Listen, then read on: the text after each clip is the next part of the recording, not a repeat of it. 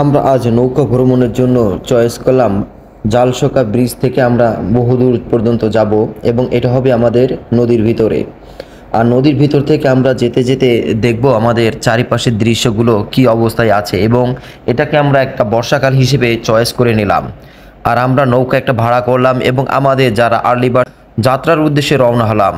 আর চারিপাশে দেখলাম মনোরম দৃশ্য, আর নৌকার উপর তো হবেই ভরপুর ড্যান্স, যেখানে বাপ্পারাজ আর জামাল ভাইয়ের অসাধারণ ড্যান্স চলছিল।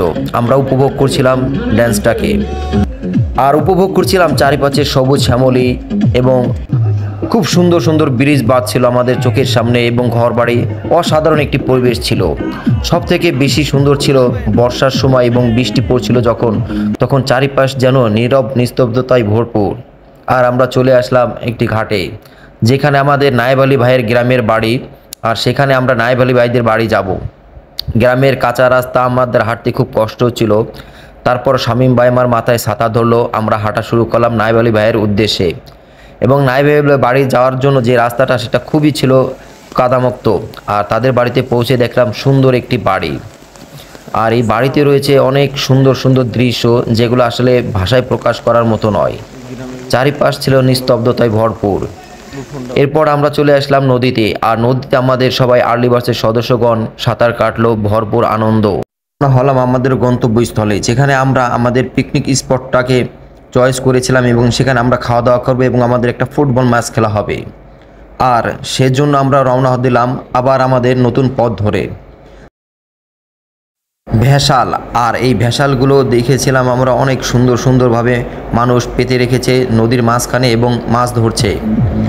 আর এইভাবে আমরা চলতে থাকলাম নদীর দুকুলের মাঝখান থেকে নদী বরাবর লঞ্চে।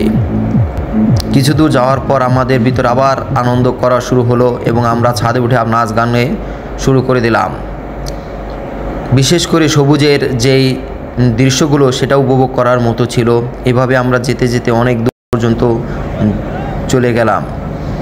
আর এর ভিতর ঘটে গেল এক অজানা দৃশ্য, যা কখনো কল্পনাই করতে পারছিলাম না যে এই ধরনের দৃশ্য আমার ক্যামেরায় ধরা পড়বে। যাই হোক, আপনারাও দেখে নিন দৃশ্যটা। এই এই সোনামণি, বসো।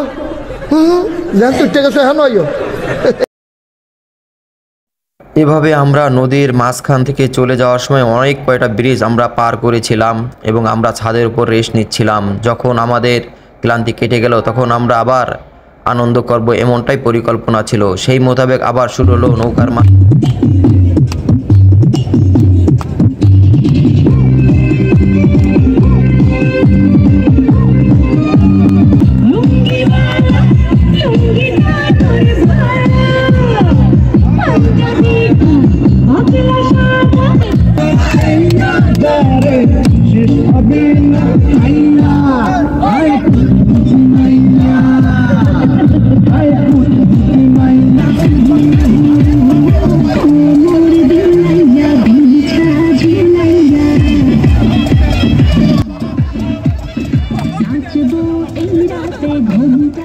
মুরব্বী মুরব্বী